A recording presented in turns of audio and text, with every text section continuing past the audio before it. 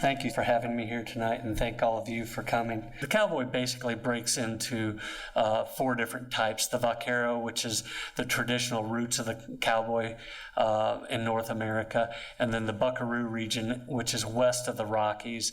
Cowboys are kind of east of the Rockies, and cowpunchers are Arizona, New Mexico, Oklahoma, Texas. I find it amazing, I guess, in the U.S. that here we live in one of the most high-tech, richest countries in the world, and these people have been able to hold on to their culture because they love the lifestyle. I mean, a lot of these guys have done other jobs or tried other jobs. Merlin told me that I asked him if he'd ever worked as anything other than a cowboy, and he said, yeah, he worked at the railroad for one day and he quit, and he worked at a gold mine for one day and he quit. So, a typical single guy at one of these ranches makes anywhere from $800 to $1,200 a month.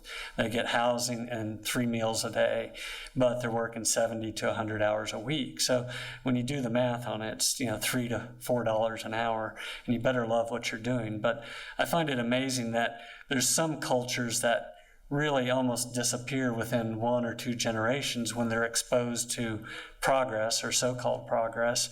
And these people have for 150 years basically continued to do what they've done. A lot of the gear they use hasn't changed. I mean, what it takes to cowboy is good horse skills, skill with a rope, and a real understanding on how to work cattle on a horse.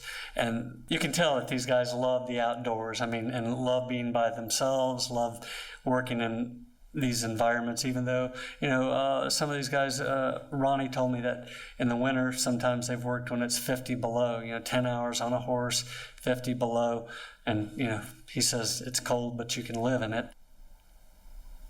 And you don't see a lot of women working as cowboys, and they don't mind being described as cowboys. It's kind of a working title of what they do.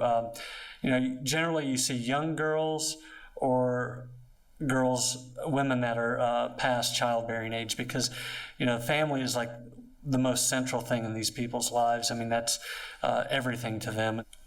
This is father and son up in Oregon. And these kids, the kids are very impressive on these ranches. They give them, the kids have a lot of duties on a ranch, a working ranch, and kids get to see the full life cycle of, spring, summer, fall, and winter. Since the fencing in of the ranges back in the 1890s, everybody has called the cowboys, a vanishing breed, last of a breed, dying breed. And I think it's really an evolving breed. It's a business. Ranching's a business like any other business, and businesses that are determined to survive evolve. And so they've found efficiencies, but still the cheapest way to raise cattle is by feeding them grass. And you're not going to do that on a 4-wheeler on 1.3 million acres. You're going to do it using guys like this. Thank you very much for coming.